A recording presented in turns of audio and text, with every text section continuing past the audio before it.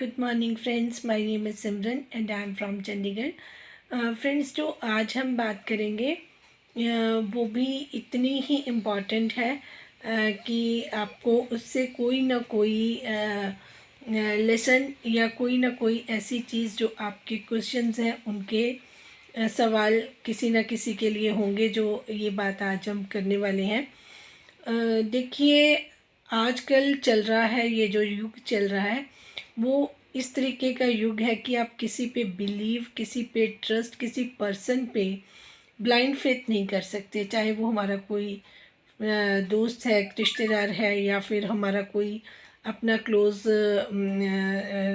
Relationship है, तो उस पे इतना ज़्यादा भरोसा करने का जो अभी युग है वो है नहीं है। तो हम क्या कर सकते हैं? हम कर सकते हैं कि हमें अपने आप को सरेंडर करना है गॉड के सामने, और डेली एक प्रेयर करनी है कि जो भी दिन में हमारे साथ हो, जो हमें मिले, वो आपकी आज्ञा से, आपके हिसाब से हो, आपके हुक्म से हो, ताकि वो सारी चीज़ें हमारे अनुकूल हो जाए, हमारे लिए फेवरेबल हो जाए। क्योंकि अब एक यही रास्ता है कि हमें इस अंधकार में जो लाइट दिख रही है वो सिर्फ़ और सिर्फ गॉड की है। तो एक हमें एक डेली के लिए एक हैबिट बना लेनी है। जैसे हम सुबह उठ के अपनी फ्रेश होने के लिए ब्रशिंग करते हैं या बाकी काम ज़रूरी जो अपने आप को फ्रेश करने के लिए करते हैं, उसके साथ ही आपने, किसी को लगता है कि हम बाद में जब हम पूरा रेडी हो जाएंगे तब अपने घर के मंदिर में या बाहर कहीं पे माथा टेकेंगे, या किसी के माइंड में नहीं रहता, तो कोई ज़रूरी नहीं है कि आपको इतना ज़्यादा सब कुछ वेट करना है। जैसे ही सुबह आपकी आँख खुलती है तो बस आपने बैठ के एक प्रेयर करनी है। शुरुआत में एक हैबिट बना लीजिए कि ये गॉड जो कुछ भी है आपने ही करना है, पूरा दिन आपने हमारे साथ रहना है, हमें गाइड करना है, और जो अच्छे लोग हैं उनसे हमें मिलवाना है, और जो इंटेंशन बैड लेके हमारे पास आए उनको हमसे दूर रखना है। बस इतनी सी प्रेयर कर दीजिए, आपकी ज़िंदगी में बहुत सारी आसानियाँ होंगी। और जिनको आपको इंटरनल, आपको इंट्यूशन हो रहे कि ये इंसान मेरे लिए ठीक नहीं है, तो आपको ही अपने रास्ते बदलने हैं। अगला तो आपके साथ उसी तरीके से, उसी माइंड से रहेगा जो उसका माइंड है। लेकिन अगर हमने बचना है तो हमें खुद भी तैयारी करनी होगी। बारिश आ रही होगी तो छाता हमने खुद हाथ से पकड़ना होता है ताकि हम भीग ना जाए। बारिश को तो होना, बारिश को तो रोक नहीं सकते। तो कोई सामने वाले की इंटेंशन किस तरीके से है हम उसको चेंज नहीं कर सकते। ये बहुत बड़ी बात आज मैंने आपको शेयर करी है। ये किसी को ज़रूरत होगी इस बात के लिए, इसीलिए डिवाइन ने ऐसा मैसेज आज मेरे से डिलीवर करवाया है। सबसे इम्पॉर्टेंट चीज़ होती है अपनी सेल्फ़ रिस्पेक्ट। सबसे पहले भगवान, उनको हम रिस्पेक्ट देते हैं, सुप्रीम पावर मानते हैं, और उनके आगे ही अपने आप को सरेंडर कर सकते हैं। उसके अलावा हमें सबसे पहले इम्पॉर्टेंस जो देनी चाहिए वो अपने आप को देनी चाहिए। अपने आप को अगर हम रिस्पेक्ट करेंगे तो जितने भी आसपास वाले लोग हैं वो आपको रिस्पेक्ट करेंगे। आपने कभी देखा होगा कितने सारे लोग हैं जो भी एक्टर्स हैं या कुछ बड़े पर्सनालिटीज़ हैं, उनके जो शोल्डर्स हैं वो हमेशा तने होते हैं, और वो अपने आप को एक उनका जो रुतबा है उसको शो भी करते हैं। तो लोग उनके सामने सलाम भी देते हैं, क्योंकि उनको उस तरीके से लोग अपने उस नज़रिए से देखना शुरू कर देते हैं। तो कभी भी अपने आप को, चाहे आपके पास कुछ पैसे हैं, कम है, आप अपनी मुट्ठी बंद रखें। किसी को अपनी हैसियत, अपनी फाइनेंशियल स्टेटस के बारे में किसी को भी, अपने रिश्तेदार, दोस्त, किसी के सामने आपने शो नहीं करना। लोग कुछ नहीं करते, वो सिर्फ आपका तमाशा बना सकते हैं। लेकिन अगर आप अपने राज अपने अंदर रखेंगे और सिर्फ गॉड के साथ शेयर करते रहेंगे, तब आपको कोई दिक्कत नहीं होगी। क्योंकि अगर किसी को आपके बारे में पता ही नहीं होगा तो वो आपके बारे में कोई गॉसिप, कोई बात करेगा ही नहीं। ये चीज़ें, जो 2-3 चीज़ें मेरे माइंड में आई हैं, ये ज़रूर किसी ना किसी व्यूअर के लिए मैसेज है जिनको ज़रूरत होगी इसकी, तो इसीलिए डिलीवर करवाया जा रहा है। अब आती हूँ, मैंने ये डिसीज़न लिया था कि अब मुझे लगता है कि सितारा यासीन जो हैं अब वो इतनी पावरफुल और इतनी उनको उनकी मदद भी साथ है। उनको अभी बहुत सारे लोग भी और भी हैं जो उनके साथ हैं, लेकिन उनको अब शायद सपोर्ट की ज़रूरत नहीं है। बट मुझे फिर हैरानी हुई जब मैं बहुत सारे लोगों ने मुझे भी मैसेज किया है, उनके जो रियल वाले ट्रू सपोर्टर हैं, जो उनको अपनी जान से भी शायद ज़्यादा प्यार करते हैं, उन्होंने कहा कि मैम आपको आपकी जो एडवाइस है, गाइडेंस है, उसकी सितारा को ज़रूरत है। तो मैंने कहा था जिस तरीके से डिवाइन मुझे गाइड करेंगे मैं उनको मैसेज देती रहूँगी। अब जो हालात नज़र आ रहे हैं उसी के हिसाब से देखिए, सितारा जो है बहुत ज़्यादा इमोशनल है। इसमें भी सबके लिए एक मैसेज है जिसको आप अपने लिए भी इसको कैरी कर सकते हैं। बहुत ज़्यादा इमोशनल होना बहुत अच्छी बात नहीं है। हमें अपने माइंड से भी सोचना होता है और लाइफ को जो है प्रैक्टिकल तरीके से ही चलने से हमें फ़ायदा होता है। आपके मन में क्या है, आप क्या चाहते हैं, आप क्या सोच रहे हैं, अगर सामने वाले को उससे कोई फ़र्क नहीं पड़ता या उसको आपकी परवाह नहीं है, तो प्लीज़ उसके सामने गिड़गिड़ाना बंद कीजिए। अपनी सेल्फ वैल्यू को पहचानिए। अगर कोई इंसान दूसरे को ज़्यादा प्रेफरेंस दे रहा है, आपको उतनी इम्पोर्टेंस नहीं दे रहा या नहीं समझ रहा, या किसी वजह से आपके साथ जुड़ा हुआ है, तो ऐसे बंदे को मुझे लगता है कि अपने दिल में बिल्कुल जगह नहीं देनी चाहिए। उसके बदले हमें उतने जो हम अपनी उम्मीद करते हैं या फिर हम जितना हमारे मन में प्यार है, वो सब अपने गॉड के लिए समर्पित कर दें। उसके आपको एक फ़ायदा ये होगा कि आपको सब्र आ जाएगा। देखिए, प्रॉब्लम सबकी लाइफ में आती हैं, नानक दुखिया सब संसार। और गुरु नानक साहिब ने ये बात बोल दी कि दुनिया में ऐसा कोई नहीं है जो दुखी नहीं है। महात्मा बुद्ध ने ये कहा था कि जो मृत्यु है वो सबको आएगी और दुख हर एक के घर में है। लेकिन जैसे ही हम परमात्मा की तरफ अपना ध्यान देते हैं और परमात्मा हमें उस जगह पे आके ब्लेस कर देते हैं, तो उस प्रॉब्लम से हमें लड़ने की ताकत मिल जाती है। हमारे अंदर वो स्ट्रेंथ आ जाती है। जैसे हम पहले घबरा जाते हैं, गिर जाते हैं कि इस हालात में हम क्या करेंगे, लेकिन जब भगवान हमारे साथ होते हैं तो हालात कितने भी बुरे हों, कितनी बड़ी परीक्षा हो, कितने बड़े कर्मास हमारे आगे खड़े हो जाए, लेकिन जब उनका हाथ थाम लेते हैं तो वो चुटकियों में वो समय जो है निकल जाता है। समय तो बदलता रहता है, कभी अच्छा कभी बुरा, कभी दुख कभी सुख, कभी दिन कभी रात, ये सारी चीज़ें होनी हैं। उसके लिए किसी को घबराने की ज़रूरत नहीं। सिर्फ़ और सिर्फ़ एक अगर आपने नज़र रखनी है तो आप सिर्फ़ अल्लाह गॉड की तरफ रखें, ताकि आपको वो उस तरीके से सँभाले जिस तरीके से हम अपने बच्चों को सँभालते हैं, उनकी केयर करते हैं। बिल्कुल गॉड हमारे पेरेंट्स की तरह ही होते हैं। वो कभी नहीं चाहते कि हम किसी भी तरीके से दुखी हों। हाँ, अगर जब हम उनको भूल जाते हैं, उनकी तरफ नहीं देखते हैं, तब उनका ध्यान भी हमारी तरफ नहीं जाता है। तो बस इसी तरीके से आपको अपनी ज़िंदगी के गुड डिसीज़न लेने हैं और ज़िंदगी को आगे बढ़ाना है। और एक मैसेज जो मैं दूंगी सितारा को, जो जाने वाला है उसको जाने दीजिए, उसको पकड़ने की कोशिश मत कीजिए। उसके लिए आप गिड़गिड़ाएं नहीं, लोगों को अपनी कमज़ोरियां ना दिखाएं। लोग आपका मजाक उड़ाएंगे, आप अपनी फीलिंग्स अपने दिल में रखें। उनको अपने व्लॉग्स में मत शेयर करें, जो बहुत ही आपके लिए भी अब अच्छा नहीं है, आपके बच्चों के लिए भी अच्छा नहीं है। सोसाइटी में भी ये जो चीज़ जा रही है वो भी अच्छा नहीं है। और एज अ इन्फ्लुएंसर आप एक इतनी स्ट्रॉन्ग बन के भी वही सिंपथी वाला कार्ड मत खेलें। मुझे ये बिल्कुल अच्छा नहीं लग रहा आपको बोलते हुए।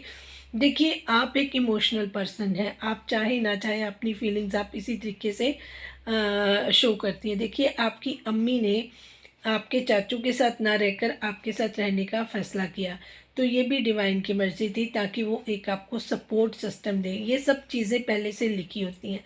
अगर आपको वो सपोर्ट सिस्टम मिल चुका है, ठीक है, तो आप उसी के साथ खुश रहना सीखें। जो आपकी किस्मत में लिखा गया है उससे ज़्यादा आपको मिल नहीं सकता। जिसकी किस्मत में जो इंसान है वो वहाँ पर चला जाएगा।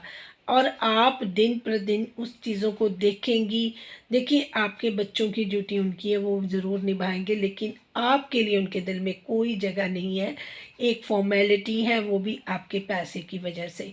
ये बातें मैंने पहले भी आपको बोली हैं। प्यार आपके साथ सितारा यासीन साजिद साहब नहीं करते हैं, प्यार वो करते हैं अपनी वाइफ़, जो सेकंड वाइफ़ है उनकी, कौसर से ही उनकी मोहब्बत है और वो उन्हीं के साथ रहना खुश। आप देखिए, जिस तरीके से उन्होंने अभी ये घर सजाने की बातें करी हैं, या कल उन्होंने बोला कि मैंने ऑर्डर किया है फर्नीचर, और मैंने घर भी उन्होंने बहुत शिद्दत से ढूंढा, शिद्दत से उसको सजा रहे हैं। मतलब ऐसे तो कोई तब करता है जब कोई नई नवेली दुल्हन को लेके आना होता है घर में, तो वो इतना चाव होता है।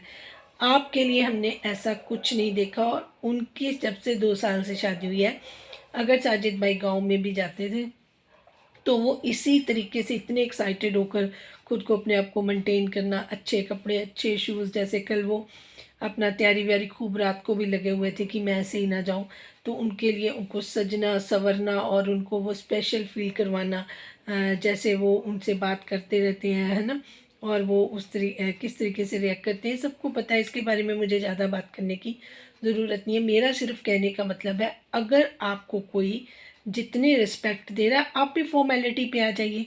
आप इतना कि मैं आपके घर को सजाऊंगी, मैं यहाँ पे फूल लगा के, मुझे वो बात इतनी बुरी लगी थी।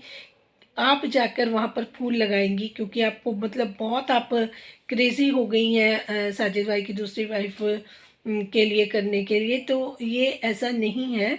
रियलिटी ये है कि ये बर्डन आपके ऊपर आ गया है, आप इससे सेकंड मैरिज से आप खुश नहीं हैं, उनकी वजह से आपके प्यार में कमी आई है, आपको टाइम कम मिल रहा है, उनकी वजह से आप के ऊपर इतनी सारी मुसीबतें आई हैं, और अब आपके गले में वो जो पड़ गया है, आप उसको निभा रही हैं।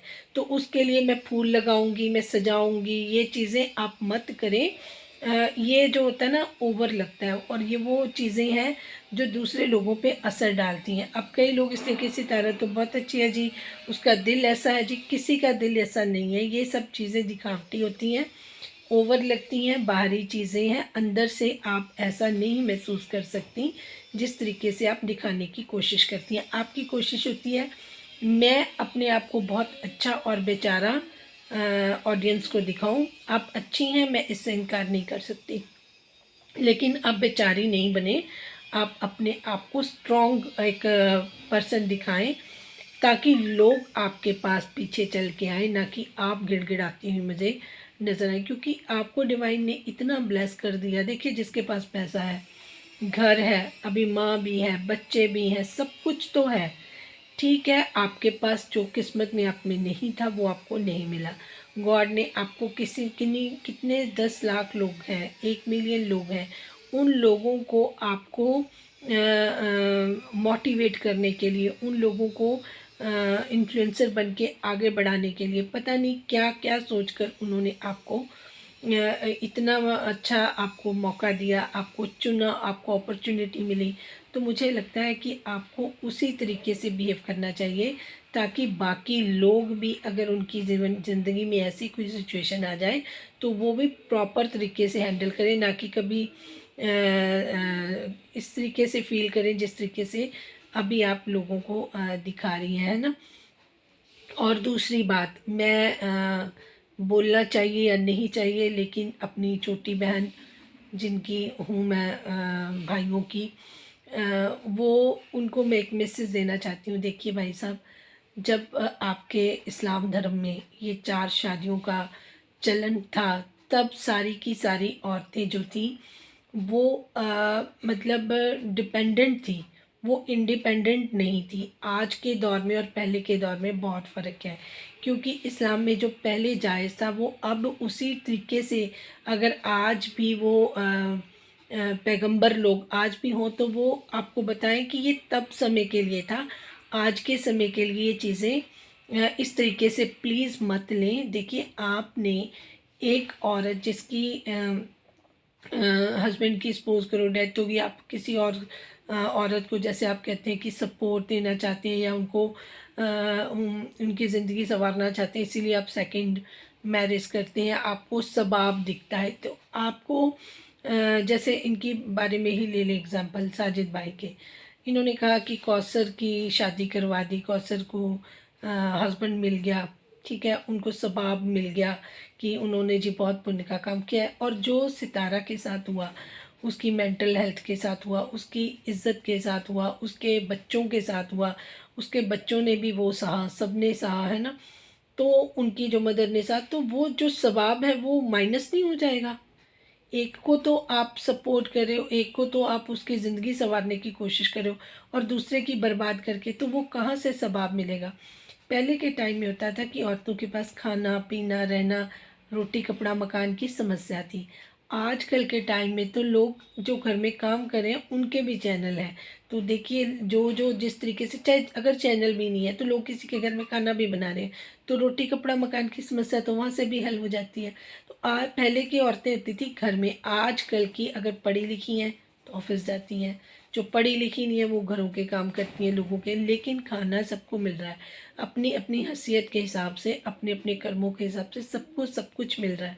अब वो काम नहीं है कि अगर औरत के पास हस्बैंड नहीं है, या फिर कोई प्रॉब्लम है, जैसे किसी की डेथ हो गई, जैसे वो दिलबर की वाइफ जो सनिया है, वो कह रही थी कि मुझे अपॉर्चुनिटी मिली है कि कॉलेज में मैं पढ़ी लिखी हूँ, तो वो कोई ना कोई काम ज़रूर कर सकती हैं।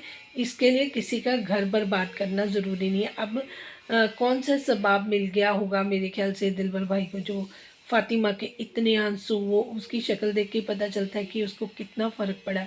उसके बच्चों की लाइफ किस तरीके से हो गई है ना। उनका जो अली है वो दो राह पे खड़ा है।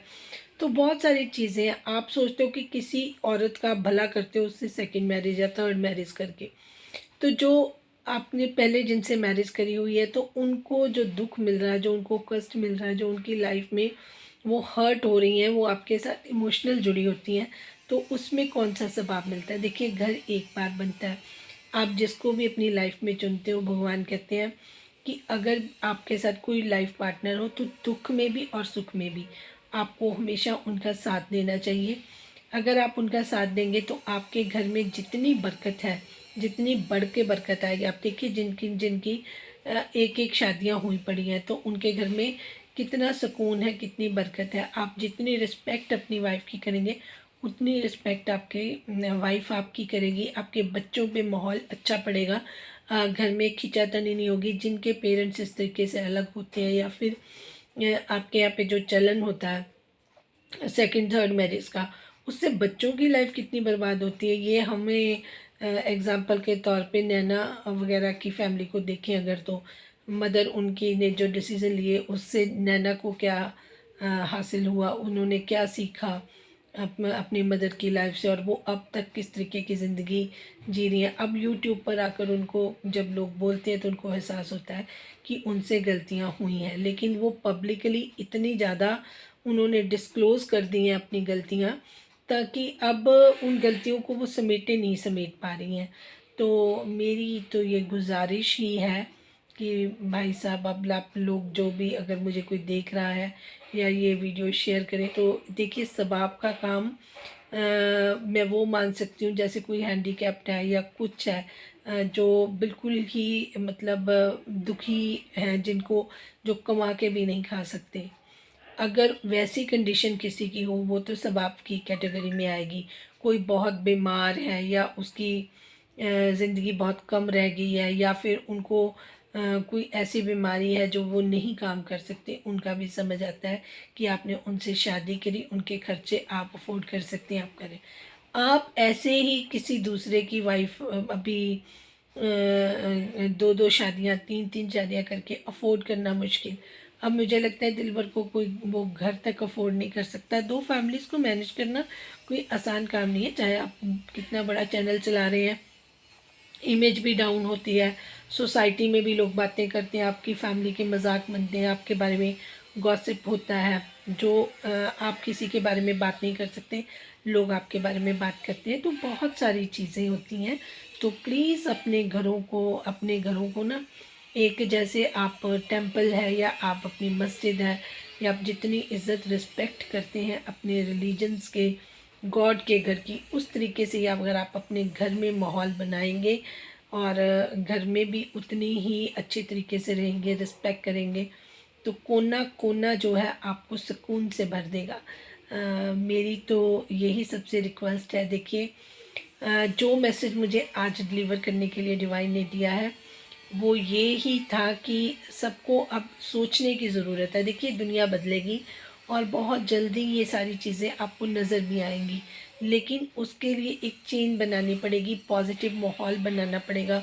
बहुत सारे लोग आगे आ भी रहे हैं, तो आप लोगों को भी बस इतना करना होता है कि चैनल को लाइक भी करना होता है, सब्सक्राइब भी करना होता है और मैक्सिमम शेयर करना होता है, ताकि जो वीडियो है वो ट्रेंडिंग में भी आए, लोगों को यूट्यूब उसको ज़्यादा लोगों को फॉरवर्ड करे और लोग उसको मैक्सिमम देखें। जो चीज़ें अच्छी अच्छी हैं, पॉजिटिव, मैं ये नहीं कह रही कि मेरी वीडियो, और भी बहुत सारी वीडियोस जो आपको लगे कि पॉजिटिव है, इसमें बहुत सारे अच्छे मैसेजेस हैं, तो उनको अगर आप कर देंगे शेयर भी और लाइक सब्सक्राइब भी करेंगे उसको ट्रेंडिंग, तो उस वो भी एक सेवा है। जैसे हम गुरुद्वारा में, मंदिर में जाके अपनी सेवा करते हैं, लंगर हॉल में, या वहाँ की सफाई करते हैं, झाड़ू वगैरह लगाते हैं, तो वहाँ पे सफाई होती है। यहाँ पे जो गंदगी समाज में फैल रही है उसकी सफाई होती है। तो ये भी एक बहुत बड़ी सेवा हो गई है। पहले यूट्यूब, ये सोशल मीडिया नहीं था, इसीलिए कोई इस तरीके से अपने घर पे बैठकर या फिर अपनी किसी भी प्लेस पे बैठकर इतना ज़्यादा आप लोगों के साथ इंटरेक्ट नहीं कर सकता था। अब हमें ये जो मौका मिला है, हमें इसको नहीं गंवाना चाहिए और इस सपोर्ट को आगे से आगे बढ़ाना चाहिए। Thank you so much. अगर आपको मेरी बात अच्छी लगी है तो प्लीज़ लाइक, सब्सक्राइब और शेयर करना ना भूलें। Thank you.